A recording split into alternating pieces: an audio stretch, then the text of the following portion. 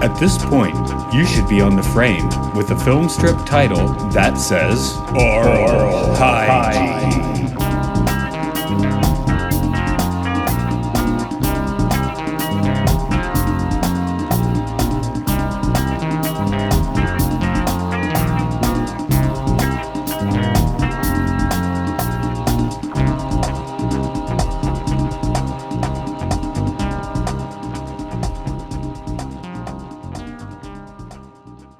Welcome to Aural Hygiene. It's the podcast where we talk about educational films, experimental caught films, and interesting documentaries.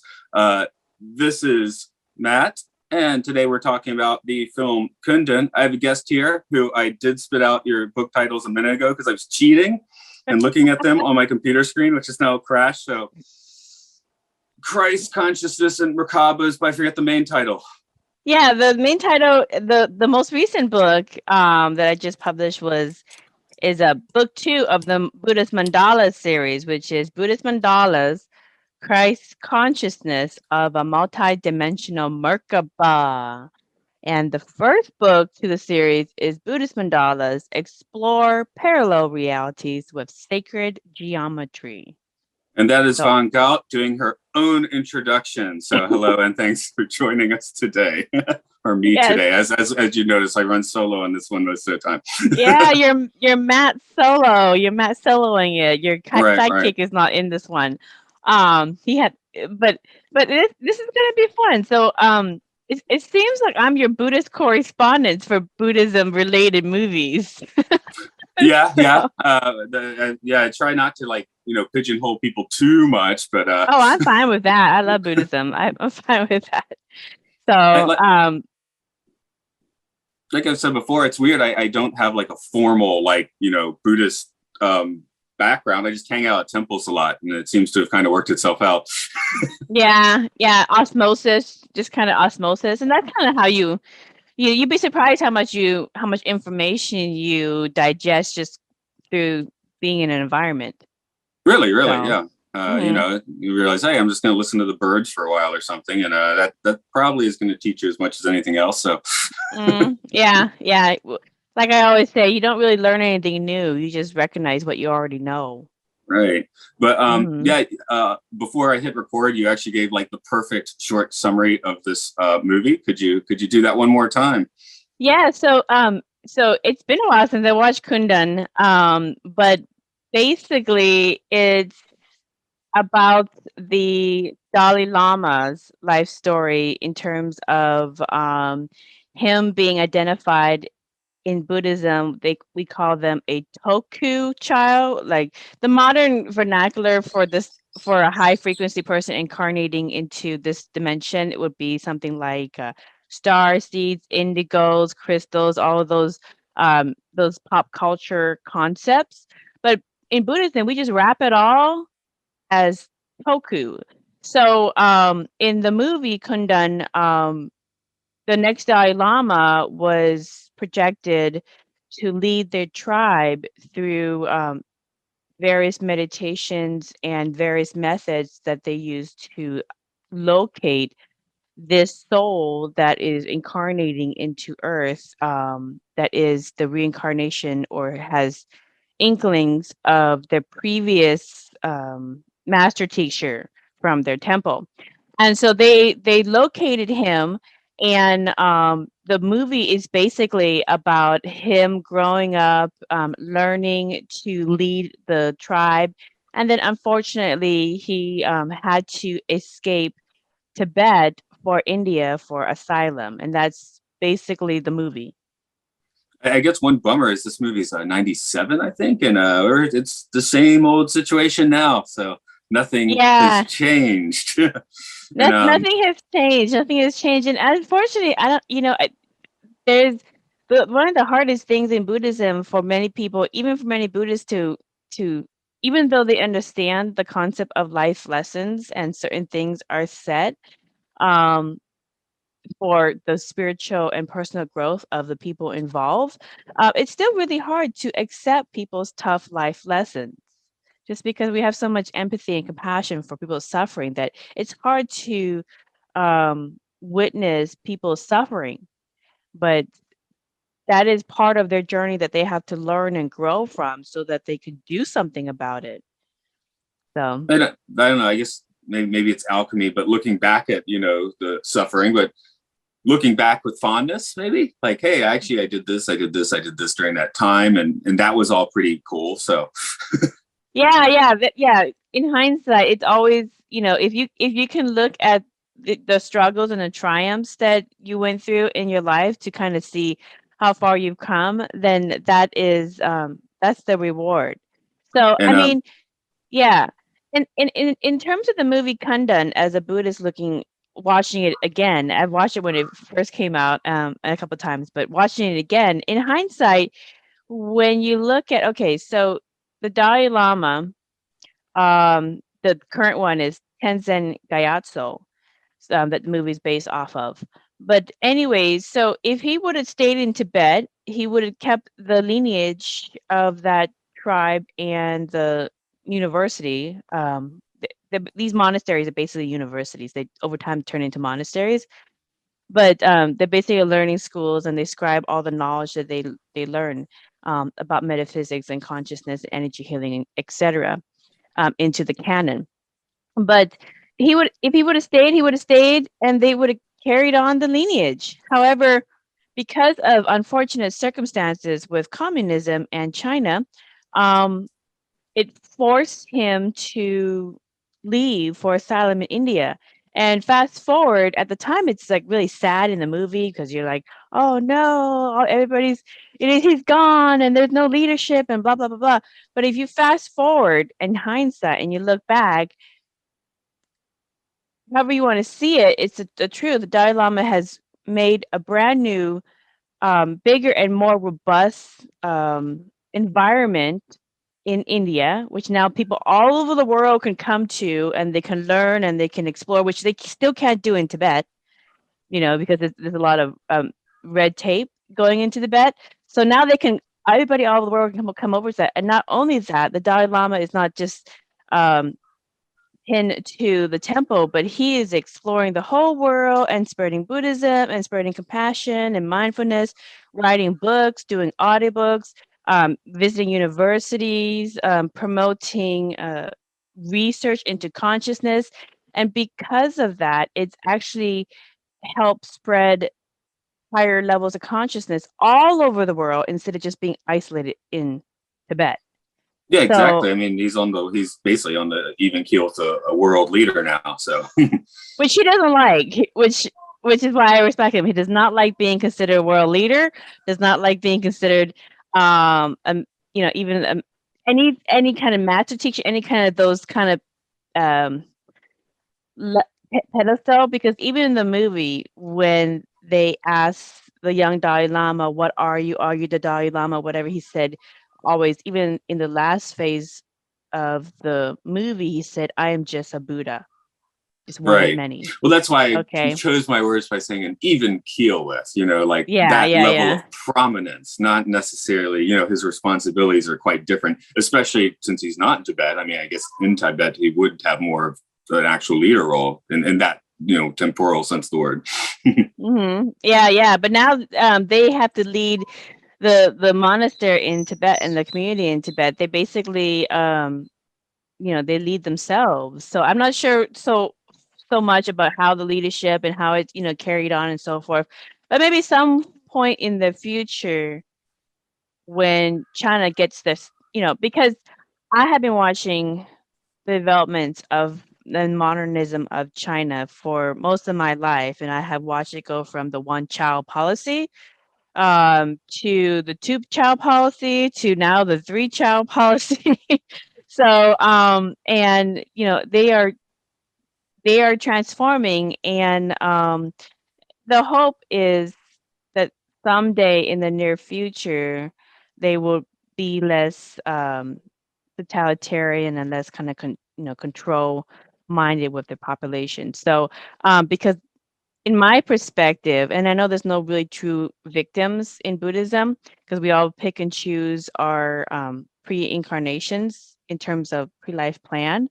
And that's the whole thing that kind of goes into the concept of reincarnation in the movie Kundun, because the Dalai Lama is projected as a reincarnation of a previous high master teacher that led the tribe. So, but I think that the Chinese people are the victims of the Chinese government, and that's just my opinion, because not everybody in the country agrees or supports the government, and there's a distinction between the people and the government. So, absolutely. yeah. And so some people when they talk about China, they're like, oh, China this, China that, you need to rephrase it as the Chinese government, because the people do not necessarily like a lot of things going on, and they never have. But we will see how it evolves. So it's just kind of like in the movie Kundun, where we're watching the suffering and just kind of the push of the communist government coming into Tibet, taking over, not wanting them to have their ancient sovereignty that they have had for so long. It's difficult to see, but then you fast forward 2, 3, 4 decades, and you see what has transpired since then. So, sometimes we have to kind of look at the big picture of it. So I don't know what's going to be down the road for the country of China or the Chinese government, or what that's going to look like down the road. But I'm hopeful that it becomes something positive down the road. That yeah, I should hope so. I mean, I guess with Tibet's sovereignty, I remember in the 80s, looking at maps, looking at globes in school, and there's still like at least a dotted line there for Tibet. That's gone. Yeah, because for whatever, it's already a big country, but for whatever reason, they have to want to take sovereignty of this province.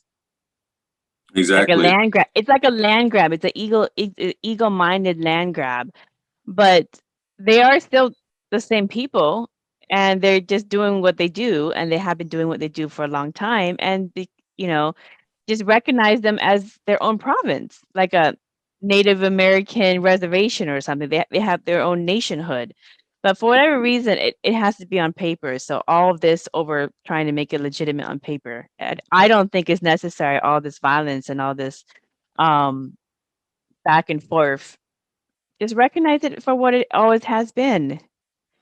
It's its own really. independence of sovereignty, just kind of like Israel and Palestine. Recognize Palestine as its own nationhood. It's the same exact thing. It's not worth all this blood and turmoil and all this angst just for a land grab. I mean, and I'm sure there's like serious socio-political reasons, like, oh, we need to be like right up against India, but that's not thinking about people at all. Of course, it's just working out your geopolitics. So it's politicking. It's all it is. It's politicking, and it's ego. It's ego consciousness, and the ego consciousness is the only sin in Buddhism is really ignorance. It's really not knowing the full picture, and when you look at the full picture in the greater scheme of things, it doesn't the whole point is just basically to take another province so you can get more taxes and more money. It's all money motivated. Now you mentioned ego consciousness. Would what the serpent be the other side of that? I feel like they're usually paired. Yeah. Ego is basically ego is not bad. Ego is your identity. Oh, ego. I heard eagle. Ego. I was thinking ego. Gotcha. Ego. EGO. Yeah. So it's your identity, and a lower consciousness identity is going to, see separatism, division. It's going to try to control, and then use a lot of different, childish games like manipulation, bullying, all that kind of stuff, force to get what it wants. And at the very end, when it gets what it wants, all it's going to get is, okay, so you got a land grab of the same people that live in the same spot. And they're still going to do what they do and practice the lifestyle they practice. So all of that just to have a land grab so that you can get more taxes. That's what it's for. Really? Well, I mean, you got to fast forward to the very end. I always do the fast forward technique. Let's fast forward to what you want, And then assess your treasures. What did you actually get as treasures for all of that? Well, again, what is Yeah. it? I think it's once you're past something like 50 or 60,000, yearly income, like happiness does not increase at that point. Yeah. Like Yeah, as long as yeah. you can cover your bases, you're basically as happy as you're going to be. Yeah, yeah, exactly. And the Dalai Lama wrote a book on it, The Art of Happiness.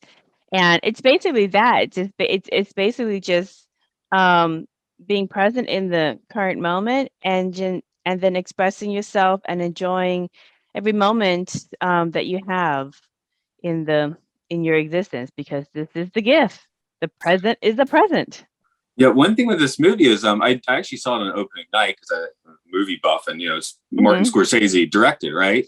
And I think coming out of the theater, I was like, I think this might be one of my favorite movies. I was Really? also like, it's Oh. boring.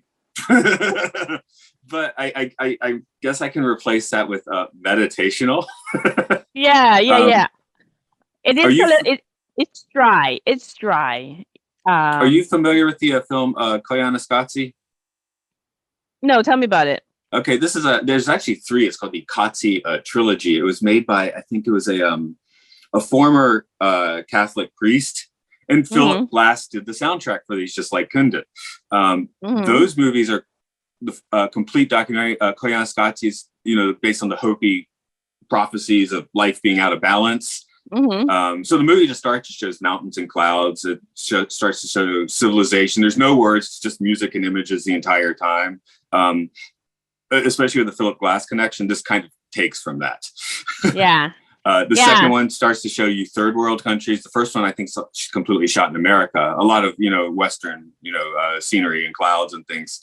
The second one, it shows third world country. That's Powasqatsi. And the last one is Nakoikatsi, which I'm a cello player, so that one has the best soundtrack. It's still Philip Glass with Yo-Yo Ma playing the cello on top of it. So that's kind of cool.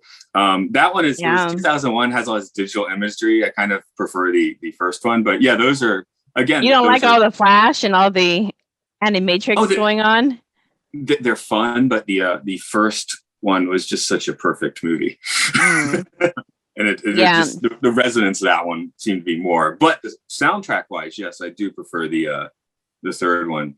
And this is a big tangent, but I do want to tell a story of the soundtrack for Kundun. I think it was about 2002, 2003. I was teaching environmental education. So we'd have kids come and stay at the place, and we were doing like a little dance for them. And they were coming into, it's like a summer camp, like meeting hall, right? And as they come, I put in the Kundun soundtrack and like blast is at top volume as they're coming in. So to play they're coming in for a dance, and it's, the throat singing and pipes and stuff. So yeah, that was my sense of humor then. Yeah, the music is I think music is so core to a good movie plot line. So I mean, Kundun is like, it's kind of like a slow burn. There we go. There's another way not to call it boring, I guess. It's like a slow burn. So it's kind of like, because there's some movies that there's so much going on and it's switching between different plot lines, and you got to go back to this plot line, then you got to go back to that, and it gets a little bit confusing. This one is like a slow burn where it's actually like a gradual stream of events, so you can kind of follow it, and you can even go get something to eat or go do something, come back, and you haven't missed that much. Yeah, I kind of feel like maybe this was the intention, that it's almost like all of the plot and the dialogue that's like the side off to the side, where I'm matching it with something like Koyaanisqatsi is, I feel like the core of this film is watching the snow blow off a mountain, or the sand mandalas and things like that. That's kind of the focus here. The rest of it is just, I mean, it doesn't have that much dialogue. Like some movies have so much dialogue, so there's like so much information coming through, you're like trying to process everything. But Kundun doesn't have that much dialogue compared to other movies. But you're right, it is mostly just imagery, and just kind of, it almost feels like the energy of the movie. It almost feels like you actually, if you want to know what it feels like to live in Tibet in this community in which the Dalai Lama's temple and monasteries are. It's very kind of mellow and it's very much the energy. So most of the movie, like you said, is just watching them make mandalas and then blow it away, and then like the snow in the mountains, and then oh look at the flag in the wind, and that's life there on an everyday basis. And I think that's what the director was trying to convey, is the energy of Tibet I from the never imagery. saw 7 Years in Tibet. I don't know if they managed that or not, because that was about the same time. It's especially in the late 90s. Movies always came out in pairs, it seemed. Deep Impact and Armageddon, Ants and A Bug's Life, right? So this one is 7 Years in Tibet. And but Yeah. I don't know if I actually in the late 90s, I don't think I was really cool with Brad Pitt till maybe 12 Monkeys and Fight Club, because he'd done Legends of the Fall, and all the girls in high school were swooning on him instead of you. So it took me a few years to get into Brad Pitt, and 7 Years to Tibet was in the bad spot. So This is funny. Yeah, the thing that's interesting, because there's so much content in Buddhism. I mean, it's almost 2,600 years, and it's not just one Buddha. There's many Buddhas. Everybody's a Buddha. By the way, Buddha is just another Sanskrit word for Bud, which means to be awake within the matrix, or awake within our holographic reality, that we project through our consciousness. So everybody is a Buddha. It's just a matter of what level of awareness are you creating your reality from. So so out of 2,600 years of information, you have lots of Buddhas, Bodhisattvas, teachers, and students adding to the canon what they learn. It's just enormous amounts of information about our metaphysical reality, in which we all create and participate and engage in, all over the place. So it's really hard to just wrap all of Buddhist canon into even like a 3-hour movie, because it's just so much. So you have to kind of you got to take like topics and then cover that. So Kundun did a good a good thing in that it took the topic of what a toku child is, which is basically an old higher energy being incarnating into our reality. So it covered the concept of reincarnation. It covered the concept that there are old souls that come back to kind of help shepherd and lead people into higher levels of consciousness and beings. And then they come into this reality, and then they're faced with humanity, and humanity is at a lower frequencies. Not everybody is at a higher frequency or at a higher level of consciousness.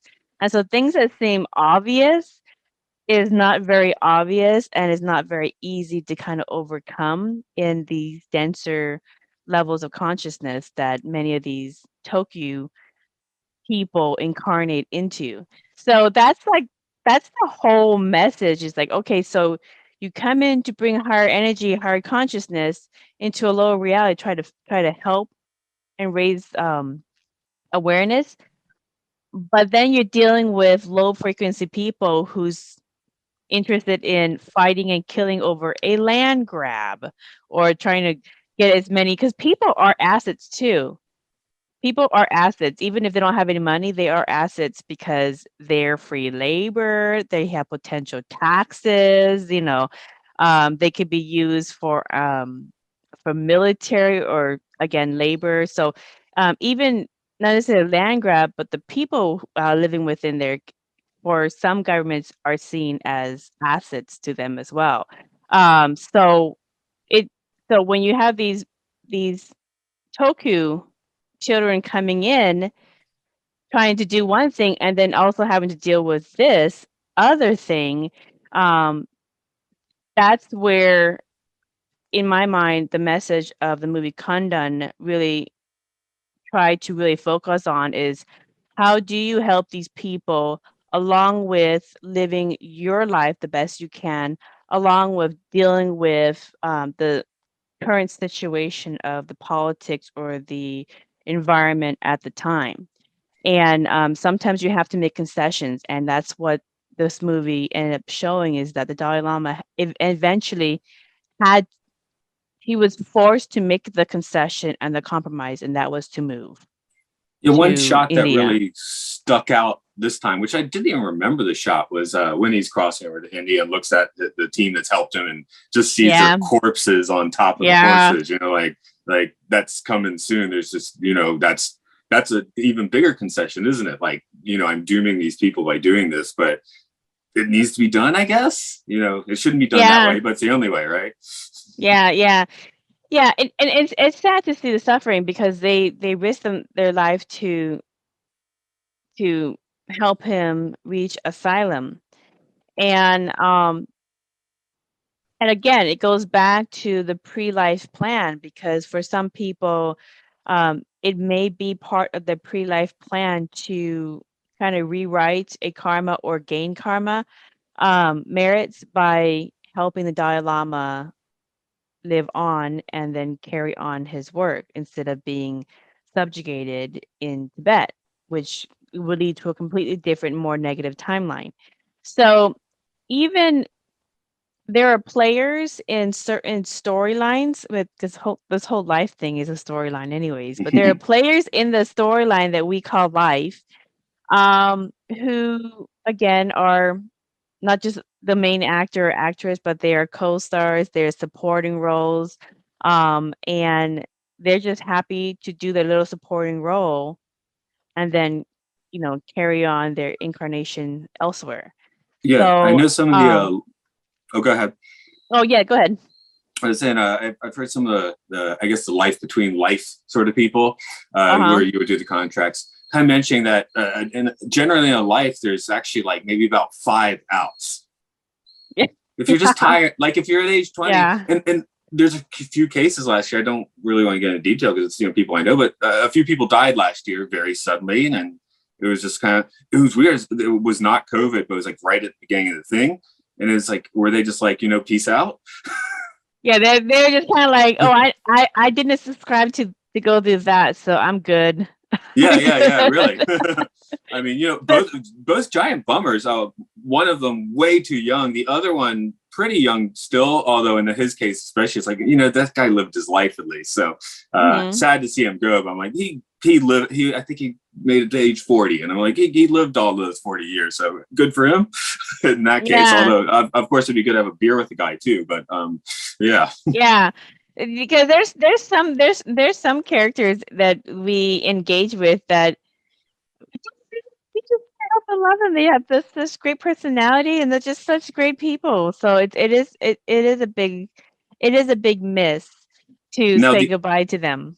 The other one I kind of want to bounce off you, which I haven't necessarily heard somewhere, although this could be a like fully thought out theory, but just in my own thought experiments, my theory of reincarnation is so, and I'm curious if this fits is it an animist perspective or a Buddhist one or what, but the idea is this is the only life 100%. This is it, right?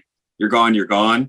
Reincarnation would be to various percentages. So what we might call a past life would be someone with like a 99% correlation, whereas there, a rock would have like a 1% correlation with what you're doing, but there's always something in common. Right. So the concept of reincarnation is just you incarnating into the physical again. Reincarnation. Okay. So you just incarnate into physical again. But in Buddhism, especially in advanced Buddhism, basically time, there is no concept of time, because consciousness, the source, God, Allah, the universal mind, whatever you want to call that, that energy, it is in everybody, and it is in everything within creation, within samsara, and also in non-creation within nirvana. So I'm starting to sound like Kundun. all this esoteric concept. That's the title of this podcast. So yeah, but anyways, the point is that consciousness is experiencing itself as Matthew Comey, as Von Galt, as other people and other beings in other dimensions, in other realms, in the non-realms, etc. Everything. And your past, your future, your spirit world existence, your existence in another planet, in another dimension, in higher or lower realms, whatever, it's all existing right now, current moment. The only difference is which vantage point you want to look at. So if you're looking at a certain vantage point, then you're going to see and experience that vantage point. Whereas if you change your focus and look at another vantage point, then you're going to see and experience that vantage point. So like if consciousness wanted to see and experience what Matt's doing, it will focus on you, and then it will be in you and experience your version of itself. But humans are the ones that create linearity in time so that we can measure growth. And so it's a tool in which we can use to make a decision on where we want to go next. Kind of like we have a thought process like, I was there, I didn't like that, I'm going to do this now. So time is basically a tool that we have and that we use so that we can make decisions where we want to go. So, but in the grand scale thing, consciousness has no time. It all exists right now. So everything in existence is a parallel reality. It's a parallel existence. Your past, your future, etc. I found myself more in like daytime meditations of, I guess that's what you're supposed to do, is actually lose track of everything. Because I'm always, I tell people I might do something at a temple in my lunch break, and I'm like, oh my God, I must have just missed 5 classes. And I'm like, oh wait, no, that timed out perfectly. So yeah.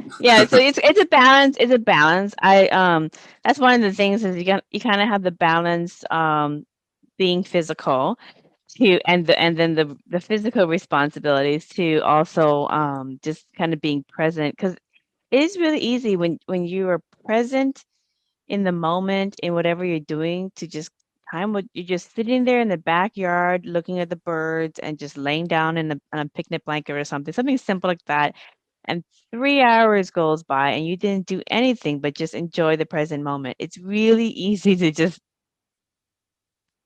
I'm have time condensing to those. No, I'm condensing those 3 hours into like 5 minutes. So because that's the time I have. I have the obligation to show back up at the school I work at and teach a class. So but again, I mean, I guess time's speeding up for most of us anyway. But I find myself, we're in the higher dimensions already. So really, time speeds up in the higher dimensions.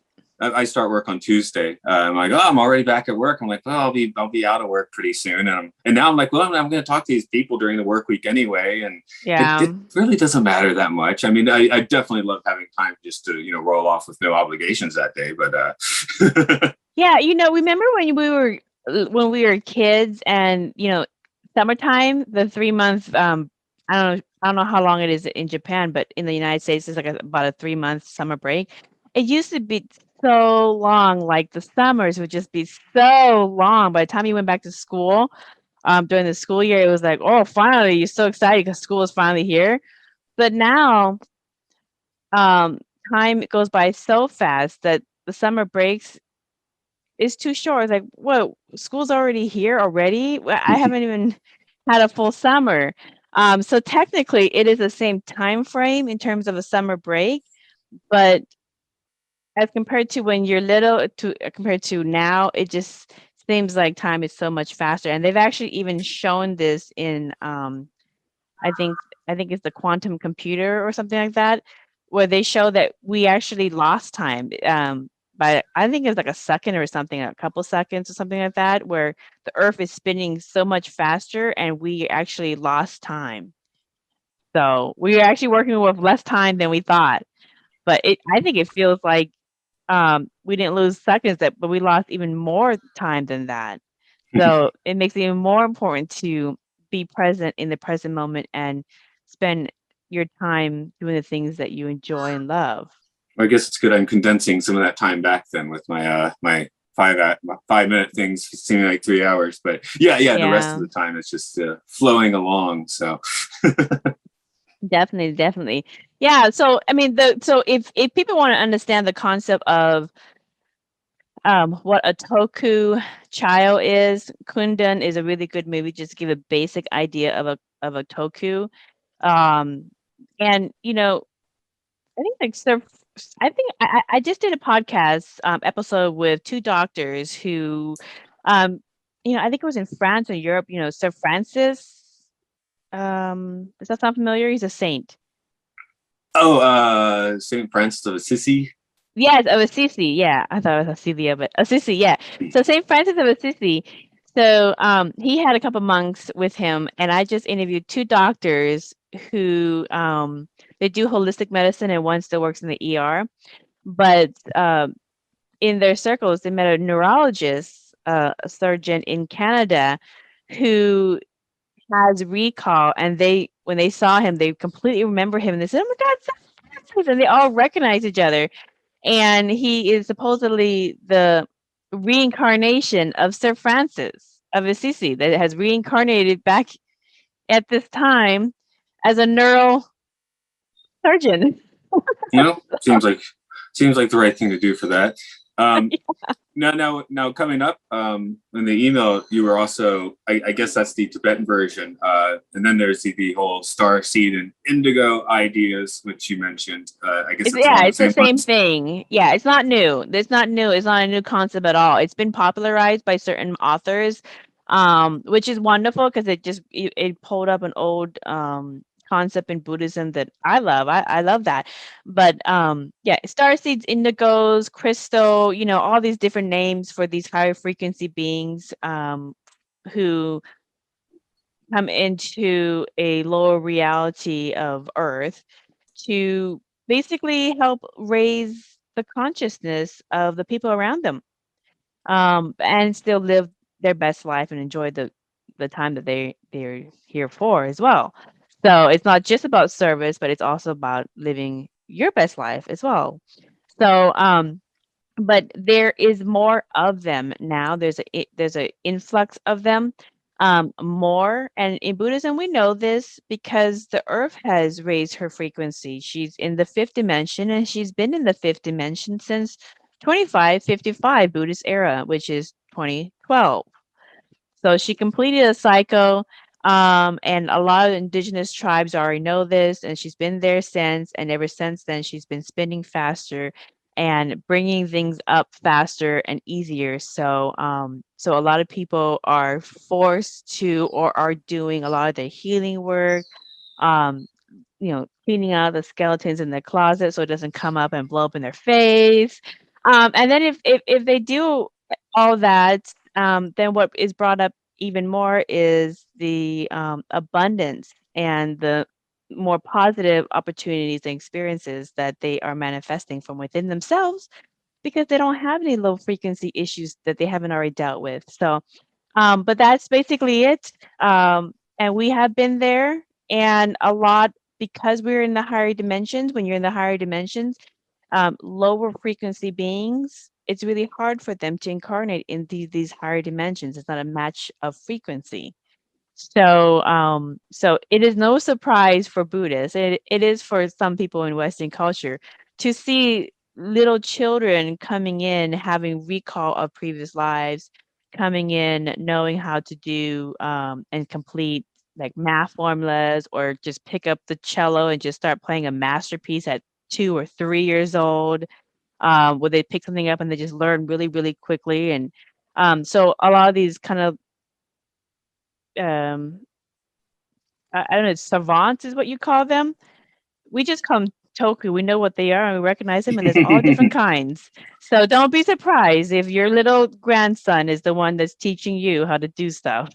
So. No, I would say my daughter's turning 12 next week. I'm like, she's more mature than me already, so she's more responsible than I am.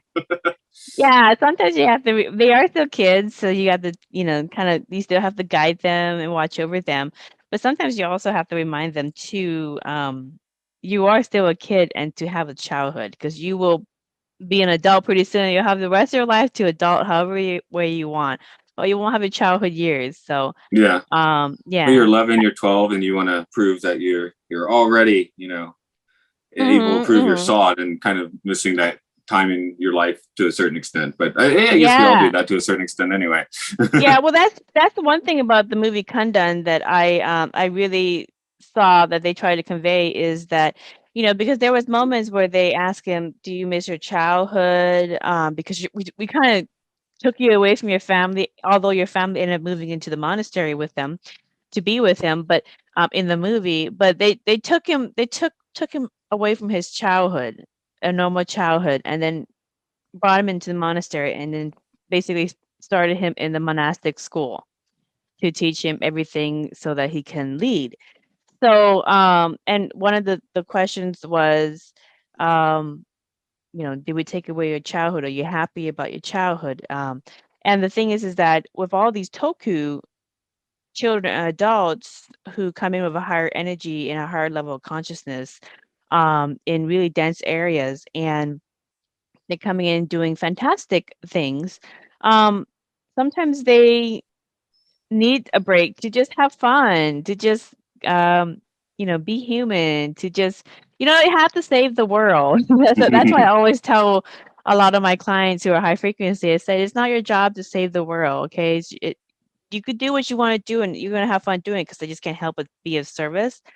But at the same time, save some of your energy and time for yourself so that you can enjoy your incarnation as well. So go on that date with that girl and have fun and enjoy the moment that you have with them.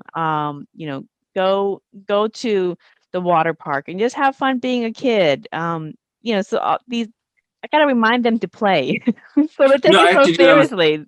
I have to Japanese students. I don't know if it's because I'm a teacher or what, but I'm like, what are you gonna do so you can study? I'm like, are you gonna do something fun? No, like you're missing your time there. Yeah, exactly. So you kind of have to remind these tokus, it's okay to play.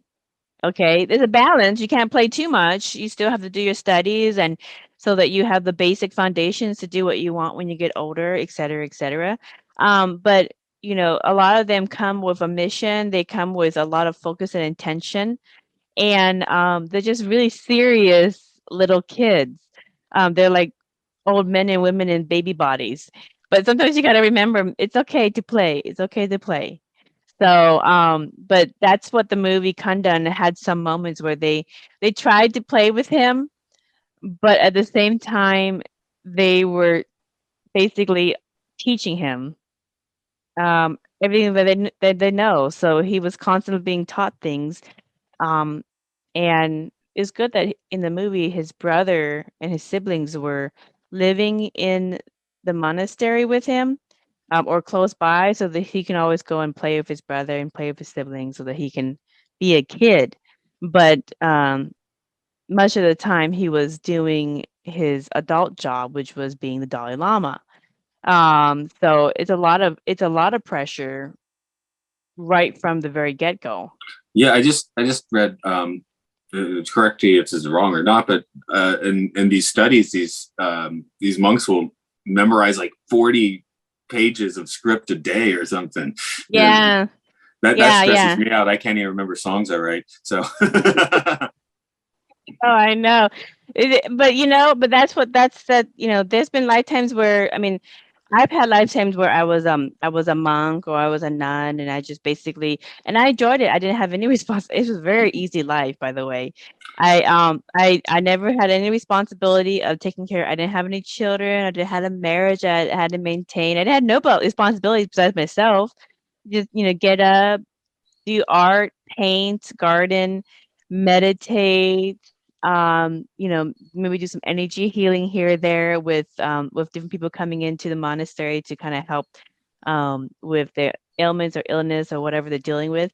But for the most part, it was a very, very set lifestyle, and I didn't have to worry about paying for my livelihood. I didn't have to worry about where I was going to live, and everything was very set. So it is a very easy life.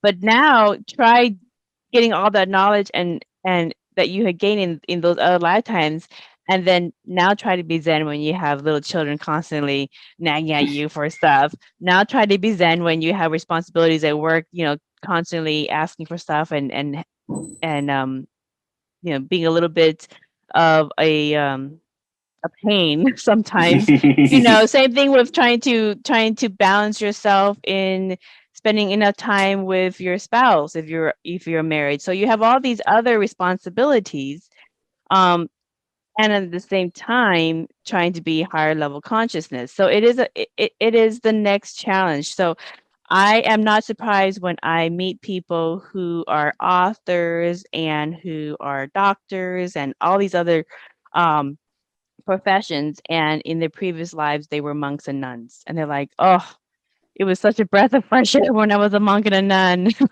So No, I don't know too much about past lives. I'm getting to a point where I don't even want to.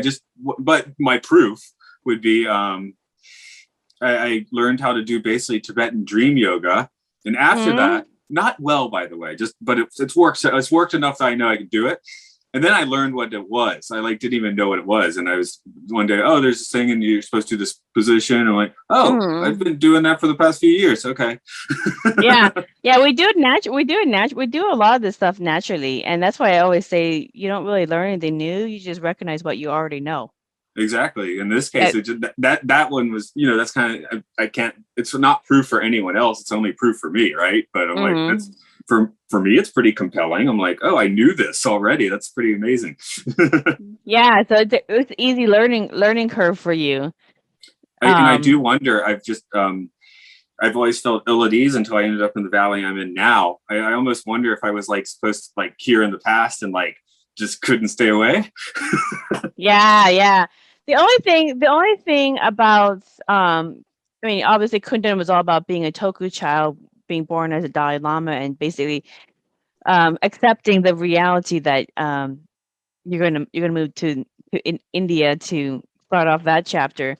But the thing that I would really like to see in the Buddhism movies moving forward, and actually the Matrix is very Buddhist origins as well, but I would like to see them explore parallel realities and the holographic universe that we manifest from our consciousness.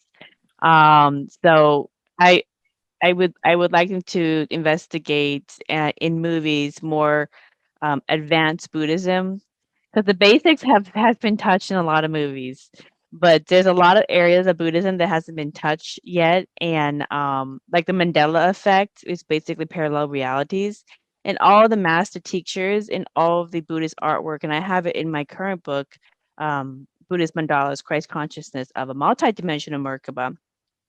They all show the master Buddha having multiple heads, multiple limbs, existing in multiple realities. And it's the teachings are in the artwork already, but there hasn't really been any movies that really has explored the concept of fully metaphysics and consciousness and parallel realities creation in Buddhism. And I would love to see somebody explore those higher levels of consciousness, because it is happening to people worldwide who are in this space of consciousness, and the information has been written about thousands of times in Buddhist canon, but it is very high level and advanced, and people aren't completely ready for that information, but it's always been there.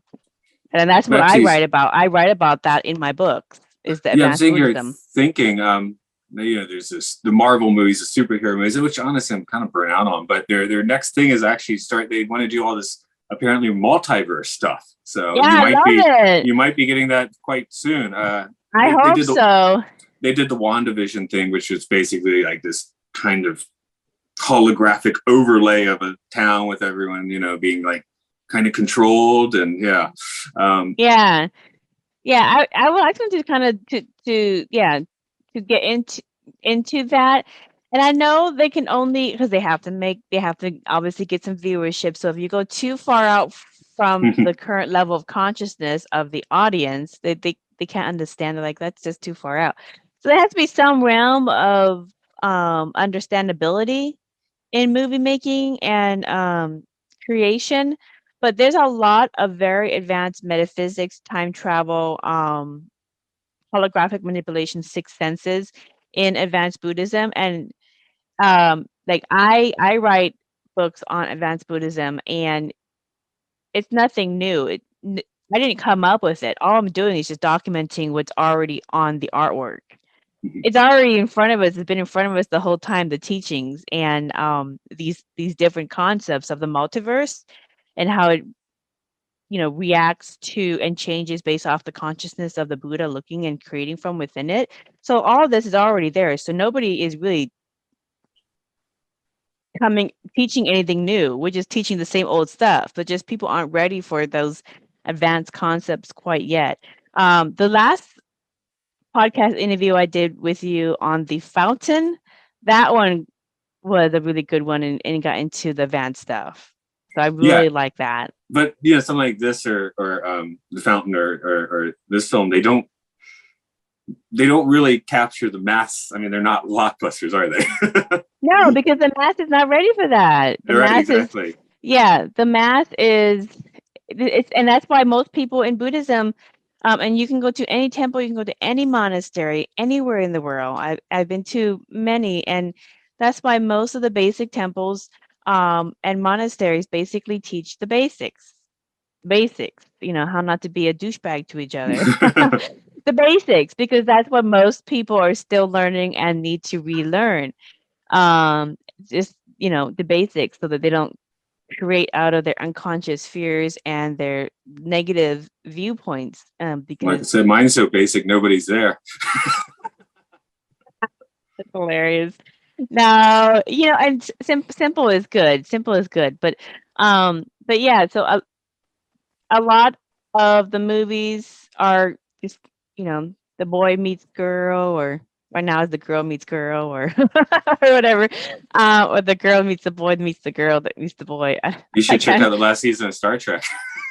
I love Star Trek. It's my favorite. And in the last season of Discovery, they have two non-binary people, one of which is dead and is now a subconscious thing within the other person.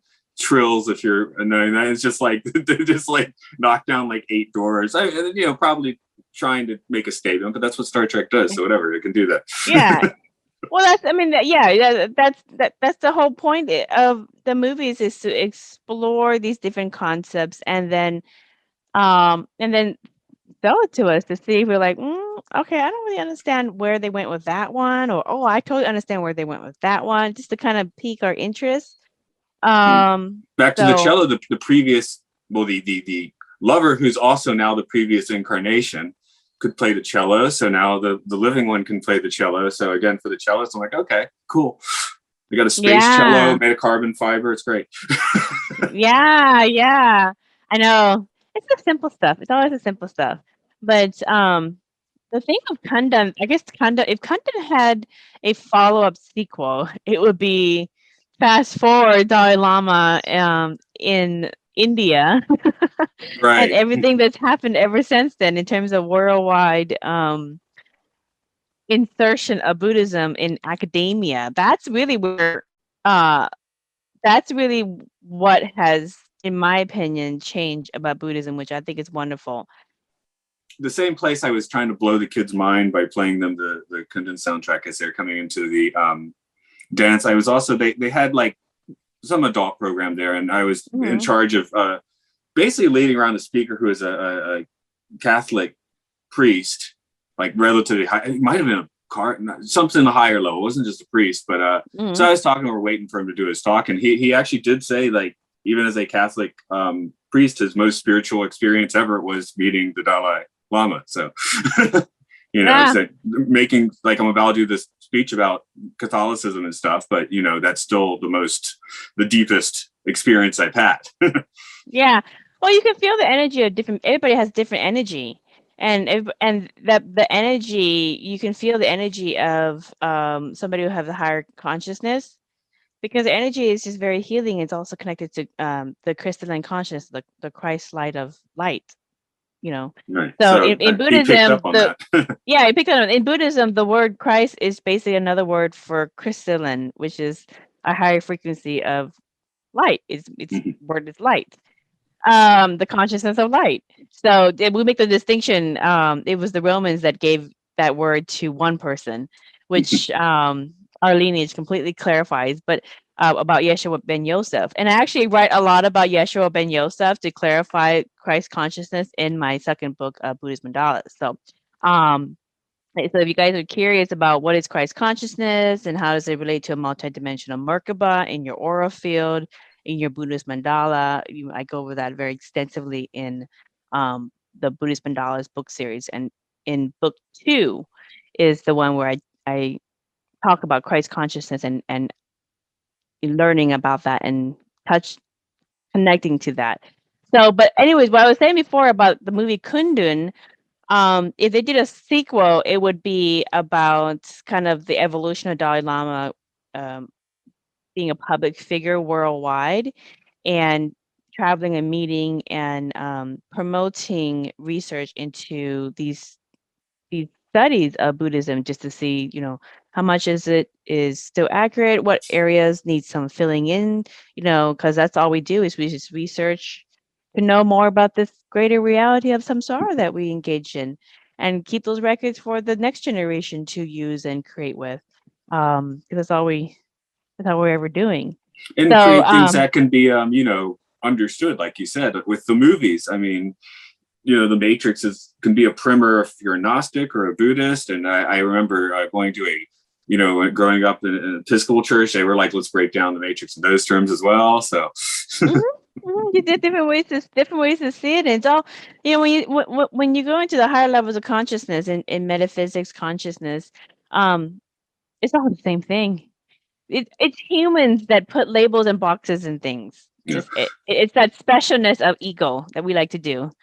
So we probably need to wrap up, especially for your time. But I just want to shout out real quick because I just actually released the podcast last week on Cloud Atlas, which I think is definitely one that fits the bill pretty well for deeper concepts of Buddhism or spirit. I mean, again, you can take several tracks with it, but that's one that I definitely would put up there. Cloud Atlas. I'm going to add my podcast to it. Cloud Atlas. Yeah. That's a mind blower. It's like 6 stories spread across time from like 1848 all the way to like 300 years in the future. Oh, you mean the movie? I thought that was a website that the no. Movie as far as like the more modern one that gets into. Oh my god! Maybe the next time we do a follow up, we do Cloud Atlas. I love that one. Yeah. So that's. Well, I just did that one, but go listen to my podcast on. We talked to Gordon White from Rune Soup for that one. So that was pretty cool. You were just talking about your book, and I guess we do need to wrap up, but make sure to tell folks where to get it, because I haven't read your newest one yet, and I'm about to get a Kindle Unlimited unless there's a better way. Well, Kindle, and the other 2 Buddhism book is on Audibles, and it's me reading it. But this one, I'm still working on the Audibles recording of it, so I'm almost done. But if you go to my website, Merkaba Chakras, MERKABA Chakras, like your 7 chakras.com, that's my website. You can just click on the book links and it will have all my books there. And then if you just click on the Buddhism book that you're interested in, it'll take you directly to the Amazon page where you can buy it on print, on Audible, on ebook, Kindle, however you want it. But you can also just go to Amazon.com and you can just type in my name, Von Galt, VON, and then Galt is GALT, and it will come up, and just click on the author's name. It'll pull up the author's profile along with all their books as well. So super easy ways to get your copy of the Buddhist Mandala series and, get yourself up to Christ consciousness and above. Okay, if that's what I do, I'll be Amazoning it then. I just sometimes authors are like, oh yeah, but maybe don't do Amazon, do it my way, which I try to make sure they get their platform for that. So I just make it simple. I don't really keep any I don't keep very much stock in store. If you want it, you buy it, and then they'll make it as you buy it after you buy it. So I don't pre-order in advance thousands of copies and then try to sell it. it's not my style. That's cool. No, I mean, again, I create so much content and I barely know why. So, well, if I don't make music within 2 months, I'll start like going nuts. Yeah. Podcasting, I mean, I do, I more and more people seem to be listening, so that's cool. But I think really, if you do want to get all Buddhist about it, I think I'm doing this in part because I'm like working on the throat chakra, right?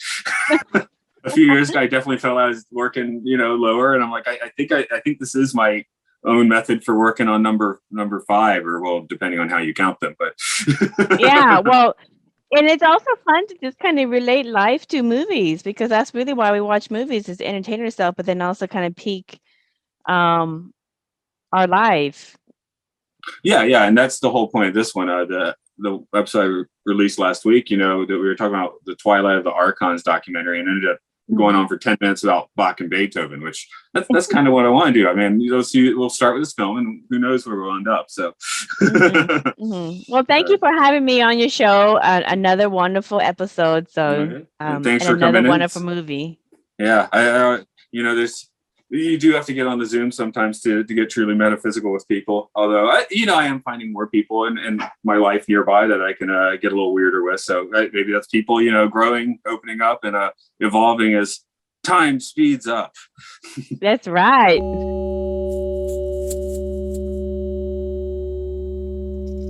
Did you advance the film strip? Are you on the final page? Well done.